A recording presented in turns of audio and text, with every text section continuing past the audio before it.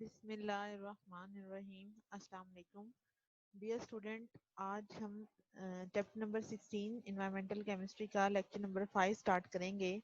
आज के लेक्चर में हम डिटेल स्टडी करेंगे कि what is the effect of pesticides on our environment as a pollutant. Second thing जो हम डिस्कस करेंगे वाटर पोल्यूटेंट के हवाले से, that is the water affecting the quality of water. और इसके अंदर हम आगे से फर्दर तीन चीज़ों को डिटेल से देखेंगे। उनमें पहली होगी chemical oxygen demand, then biological oxygen demand and then dissolved oxygen. तो ये तीनों जो हैं वो इम्पॉर्टेंट पैरामीटर्स हैं जो कि डिटरमिन करते हैं हमारे पास वाटर की क्वालिटी को। So let's start our topic, that is the pesticides. अब पेस्टिसाइड्स हम देखते हैं कि पेस्टिसाइड्स होते होते क्या हैं कि पेस्टिसाइड्स जो हैं ये बेसिकली स्प्रेज वगैरह होते हैं जो कि मोस्टली सब फसलों के ऊपर जो है वो स्प्रे किए जाते हैं। इसके अलावा इनके अंदर दीगर कैटेगरीज आती है, डिफरेंट टाइप्स के ये स्प्रे हैं जो कि फसलों पर हम स्प्रे करते हैं ताकि कोई भी अनवांटेड जो एनिमल्स हैं उनका खात्मा हो सके, या कोई ऐसी चीज जो कि हमारी फसलों के को खत्म कर रही है या उनको कीड़ा लग जाता है, तो हम इस तरह करें, इस तरह से स्प्रे करें कि या तो अनवांटेड ऑर्गेनिज्म जो है उनकी डेथ हो जाए डायरेक्टली, या सेकंड चीज ये हो कि जो ऑर्गेनिज्म है उनकी आगे रिप्रोडक्शन का जो प्रोसेस है वो स्टार्ट ना हो। इट मीन अगर रिप्रोडक्शन का प्रोसेस स्टार्ट नहीं होगा तो उसका इफेक्ट क्या होगा कि आगे से वो जो भी पेस्ट होंगे उनकी आगे फर्दर ग्रोथ नहीं होगी। So we can define pesticide that pesticides are those substances that can directly kill an unwanted organism और otherwise control by interfering with its reproduction process. यानी ये जो पेस्टिसाइड या स्प्रे वगैरह हो ये डायरेक्टली अनवांटेड ऑर्गेनिज्म की डेथ कर दें या फिर उनके बढ़ने के प्रोसेस को, यानी उनकी रिप्रोडक्शन के, उनकी जनरेशन के बढ़ने के प्रोसेस को जो है वो इंटरफेयर करें, यानी उनको जो है वो डिस्टर्ब कर दें, उनकी आगे रिप्रोडक्शन की सलाहियत को अफेक्ट करें। एज ए रिजल्ट वो आगे से अपनी जनरेशन को मजीद ना बढ़ा सकें, क्योंकि हम जानते हैं जो पेस्ट है वो हमारी क्रॉप को जो है जितनी भी फसलें वगैरह होती हैं उनको नुकसान पहुंचाते हैं और डिजीज जो है वो ट्रांसफर करते हैं ह्यूमन बीइंग एंड एनिमल्स को।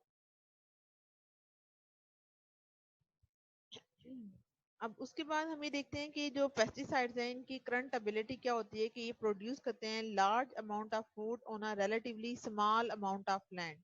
यानी इसका फायदा क्या है कि हम स्प्रे क्यों करते हैं, हमारे माइंड में ये क्वेश्चन आता है कि why do we need to spray our crops. उसकी रीजन ये है कि मोस्टली जो ये फसलें होती हैं इनकी ग्रोथ जो है वो हम करनी है, तो हम ये चाहते हैं कि हमारे पास इनकी क्वांटिटी जो है वो इंक्रीज हो जाए, इनकी किसी तरह से जो है वो पैदावार में असर ना पड़े, तो उसके लिए हम स्प्रे करते हैं, that is we are using the pesticides. तो 10,000 of different types of synthetic organic pesticides जो हैं वो अभी तक तैयार की जा चुकी हैं और इनको हम क्लासिफाई करते हैं into several principal types according to their general chemical nature. अब जो ज्यादा इंपॉर्टेंट पेस्टिसाइड्स हैं उनमें नंबर 1 पर आती हैं इंसेक्टिसाइड्स। यानी इंसेक्टिसाइड ऐसे स्प्रे होंगे जो कि डायरेक्टली सिर्फ इंसेक्ट्स को किल करेंगे। सेकंड जो है वो हर्बिसाइड होंगे जो कि अनडिजायर्ड प्लांट को, यानी जो छोटे छोटे प्लांट हैं जो आगे से फर्दर क्रॉप के साथ जो है उनकी ग्रोथ को मुतासर कर रहे होते हैं, तो हर्बिसाइड्स जो हैं वो अनडिजायर्ड प्लांट की को किल कर देते हैं। और थर्ड वन आते हैं दैट इज फंगीसाइड, या इसको फंजीसाइड भी बोल सकते हैं। ये कंट्रोल करती हैं ग्रोथ ऑफ फंगस को ऑन दी प्लांट पे।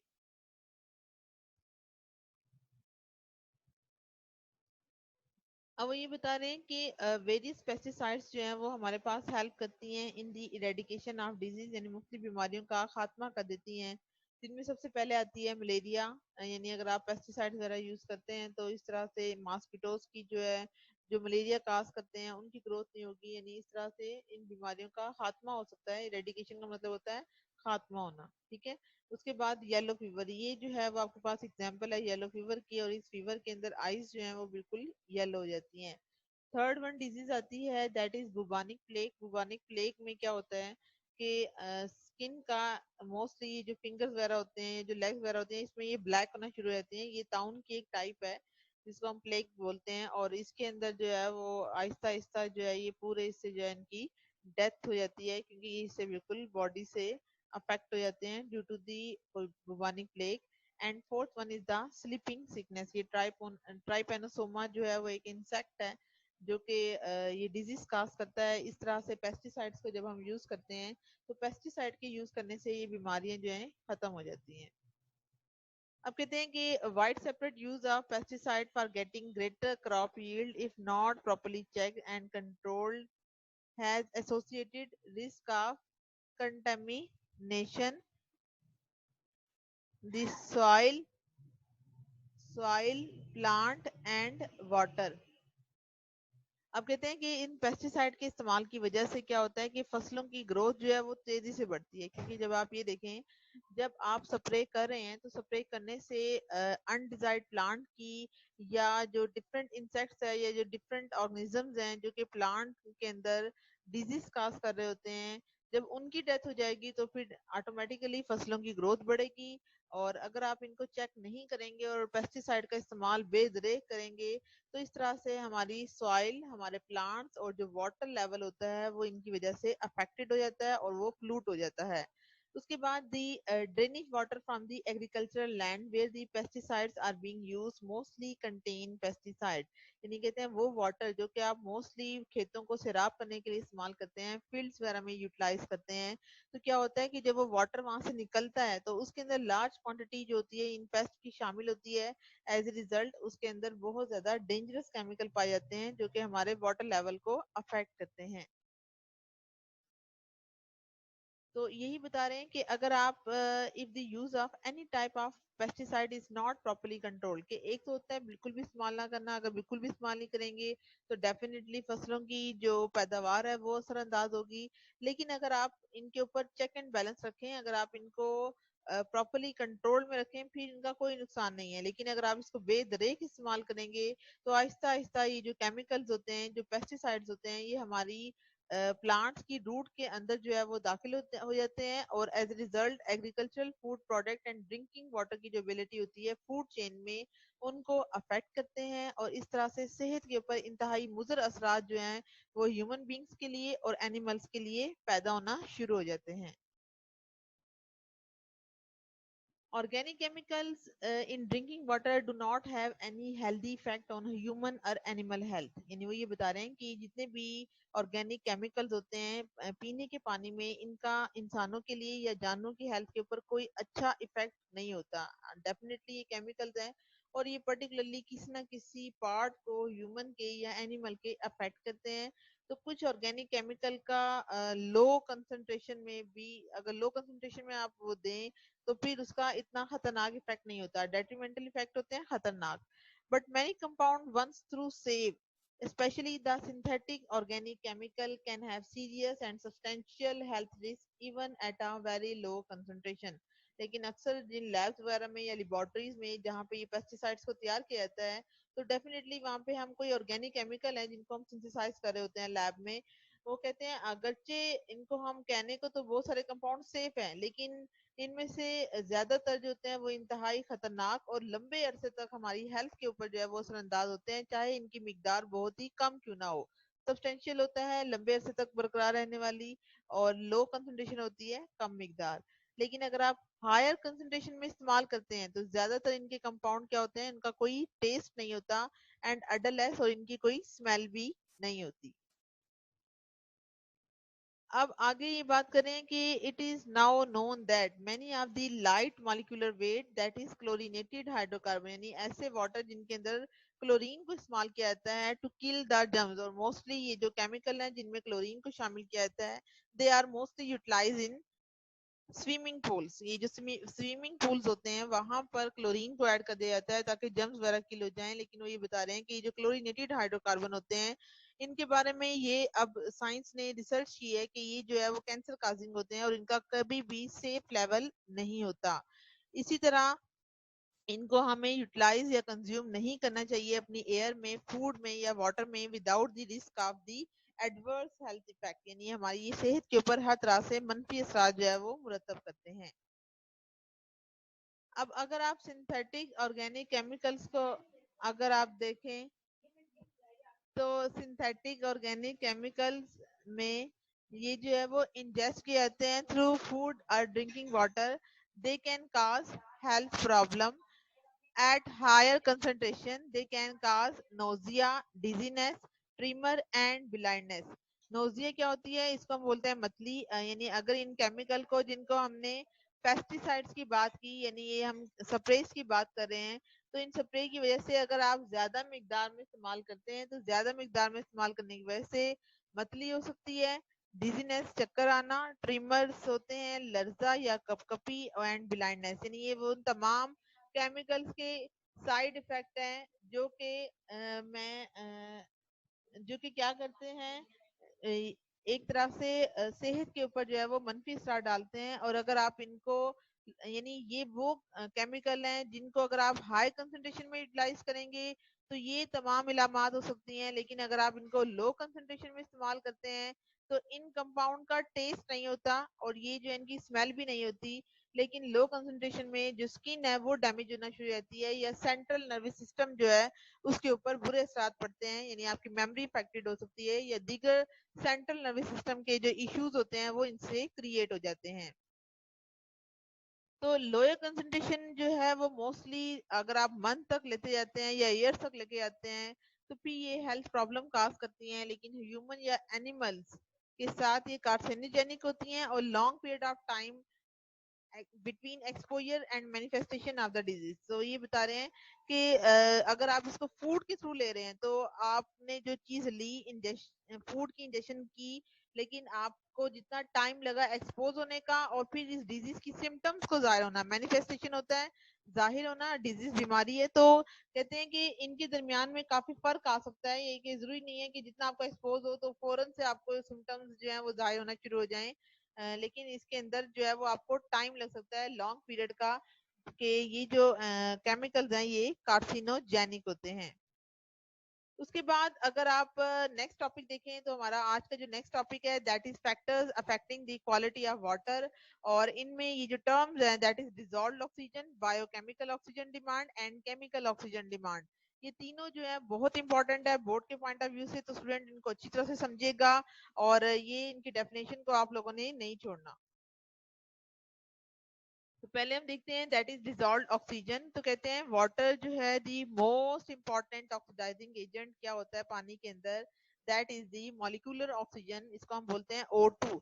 और इसकी कंसंट्रेशन हमारे वाटर के अंदर दैट इज 4 to 8 ppm तक होती है. अब ppm क्या होता है स्टूडेंट? दैट इज पार्ट्स पर मिलियन, जो कि एक यूनिट है मेजरमेंट का. तो इसमें हम ये बता रहे हैं कि आम पानी जो होता है उसमें ऑक्सीजन डिसॉल्व होती है और इसका फंक्शन क्या होता है कि वर्क करती है एज एन ऑक्सीडाइजिंग एजेंट के तौर पे. और जितने भी ऑर्गेनिक मैटर होता है वो इस डिसॉल्व ऑक्सीजन की मदद से क्या हो जाता है, ऑक्सीडाइज होके वाटर से रिमूव हो सकता है. यानी इसके जरिए ये वो पैरामीटर है जिसकी वैल्यू कम से कम आपके वाटर में 4 to 8 ppm होनी चाहिए. और इसकी मदद से हम ऑर्गेनिक मैटर को ऑक्सीडाइज करते हैं और ये वो पैरामीटर है जो कि क्या करता है, क्वालिटी ऑफ वाटर को डिटरमिन करता है.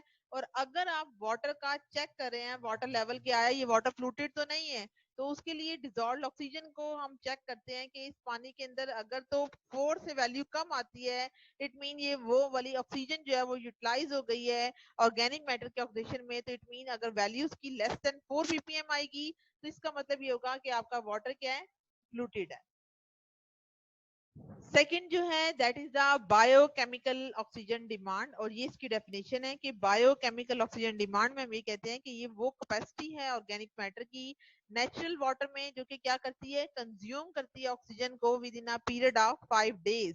यानी बायोकेमिकल ऑक्सीजन डिमांड में हमने पर्टिकुलर कर दिया कि हमारे पास टाइम कितना होता है, राउंड अबाउट 5 days, यानी 5 दिन का टाइम होता है. और इस 5 दिन के टाइम की वजह से हमारे पास कैपेसिटी होती है ऑर्गेनिक मैटर की नेचुरल वाटर में कि हम जो है वो कंज्यूम कर लेते हैं ऑक्सीजन को. और value of biochemical oxygen demand, it is basically the amount of oxygen consumed as a result of biological oxidation of dissolved organic matter in the sample. उसके बाद ये ऑक्सीडेशन की हम बार बार बात कर रहे हैं, इसको अभी आपको डिटेल में डायग्राम के साथ समझाऊंगी कि इसमें माइक्रो ऑर्गेनिज्म होंगे जो कि क्या करेंगे, जितना भी ऑर्गेनिक मैटर होगा उसकी ऑक्सीडेशन कर देंगे और इसकी वैल्यू को हम फिर एक्सपेरिमेंटली कैलकुलेट करते हैं कि 5 डेज से पहले ये वैल्यूज कितनी थी and at the end of 5 days ये वैल्यू कितनी है। और हम उस वाटर सैंपल को डार्कनेस में रख देते हैं at a round about of temperature of 20 to 25 degree Celsius. तो पहले आपको ये दिखाते हैं, यहाँ देखें। ये आपके पास जो है वो बायोडिग्रेडेबल ऑर्गेनिक मैटर है, ये ऑक्सीजन है। ठीक है, सी और ओ एच यहाँ पे जाहिर कर रहे हैं ऑर्गेनिक कंपाउंड को। और ये जो शेप है ये डायग्राम रिप्रेजेंट करी है माइक्रो ऑर्गेनिज्म को। तो माइक्रो ऑर्गेनिज्म ने जो है वो ऑर्गेनिक मैटर की कितनी ऑक्सीडेशन काज की है, तो ये वो अमाउंट ऑफ ऑक्सीजन है जो कि रिक्वायर्ड है for microbial metabolism of organic matter in water, that is milligram two per litre. और जैसे यहाँ देखें, बायोकेमिकल ऑक्सीजन डिमांड जो है ये वाटर के अंदर मौजूद है और ये जो है वो सर्व करी है as a food for the bacteria. ठीक है, तो चूंकि बायोलॉजिकल ऑक्सीजन डिमांड का मतलब क्या है कि अगर तो पानी में बैक्टीरिया नहीं होंगे या कोई भी ऑर्गेनिज्म नहीं होगा माइक्रो ऑर्गेनिज्म, तो ये तो फिर तो इसकी वैल्यू सही आएगी। लेकिन अगर पानी के अंदर बैक्टीरिया होंगे तो वो बैक्टीरिया क्या करेंगे कि इसको अपनी फूड के तौर पर इस्तेमाल करेंगे। और जब ये फूड नेक्स्ट स्टेप में ये जो बैक्टीरिया हैं ये इसको अपनी फूड के तौर पर ले लेंगे और ये इसकी क्या बन जाएगी, बायोलॉजिकल ऑक्सीजन डिमांड जो है वो बनना स्टार्ट हो जाएगी। और इस तरह से इसके लेवल में कमी आ जाती है। तो ये नीचे वाली डायग्राम जो है वो डिजॉल्व ऑक्सीजन की है, तो उसको भी हम बाद में देखते हैं।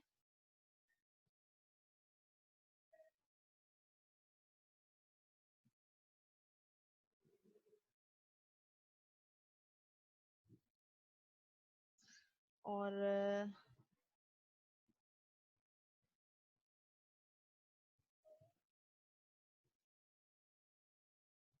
इसके बाद जो है नेक्स्ट अगर आप देखें तो ये बायोलॉजिकल ऑक्सीजन डिमांड में टोटल जो आपको बताया था कि ये टेस्ट जो है वो 5 डेज का किया जाता है। उसके बाद नेक्स्ट आता है that is chemical oxygen demand. Chemical oxygen demand में हम क्या करते हैं कि जो वाटर सैंपल होता है उसको हम ट्रीट करते हैं दैट इज डाइक्रोमेट से। और डाइक्रोमेट मोस्टली पोटेशियम की फॉर्म में होता है, यानी पोटेशियम साल्ट के साथ हो सकता है या इसका कोई भी साल्ट होगा, इन मेजर जो उसमें इस्तेमाल किया जाता है दैट इज डाइक्रोमेटाइन। तो उसके बाद पोटेशियम डाइक्रोमेट एक ऑक्सीडाइजिंग एजेंट है, ये रिड्यूस कर देता है ऑर्गेनिक कंपाउंड को। और एज ए रिजल्ट वहां पे फिर डिटेक्टर के जरिए जो है वो इसका रिजल्ट हमारे पास शो होता है। तो हम यहाँ पे क्या कह रहे हैं कि जो केमिकल ऑक्सीजन डिमांड है ये basically organic content of water which consume oxygen during the chemical oxidation is evaluated by its chemical oxygen demand। और इसको डिटरमिन करने के लिए हम क्या करते हैं, हम डायरेक्टली ट्रीट करते हैं उस वाटर सैंपल को किसके साथ, पोटेशियम डाइक्रोमेट के साथ। और पोटेशियम डाइक्रोमेट आपको बताया है ये भी एक पावरफुल ऑक्सीडाइजिंग एजेंट होता है और इसका फंक्शन क्या होता है कि जितना ऑर्गेनिक मैटर होगा वाटर में इसको ऑक्सीडाइज कर देगा और जो रिमेनिंग डाइक्रोमेट आयन होंगे उसको फिर हम ट्रीटमेंट कर लेते हैं उसकी टाइट्रेशन के जरिए। इसकी हम टाइट्रेशन कर सकते हैं और value of chemical oxygen demand हमें बताता है is a direct measure of chemically oxidisable matter in the water. यानी इसके जरिए हमें बिल्कुल डायरेक्टली तौर पे ये पता चलता है कि कितना मैटर इसने ऑक्सीडाइज किया है। फर्स्ट क्या, अगर इसकी वैल्यू ज्यादा है जिसका मतलब है पानी ज्यादा पोल्यूटेड था, उसके अंदर जो है वो ज्यादा ऑक्सीडाइजेबल मैटर जो है वो इसके अंदर प्रेजेंट है। तो ये आपको डायग्राम के जरिए सारी चीजें दिखाई हैं। और ये जो केमिकल ऑक्सीजन डिमांड जो है इसका टेस्ट तकरीबन 2 आवर्स का होता है, जबकि बायोलॉजिकल ऑक्सीजन डिमांड का 5 डेज का टेस्ट होता है। तो आज का लेक्चर स्टूडेंट्स हमारा यहीं तक था। इंशाल्लाह 2 लेक्चर्स हमारे बचे हैं और फिर ये चैप्टर जो है वो हमारा कंप्लीट हो जाएगा। Okay student, take care and Allah Hafiz.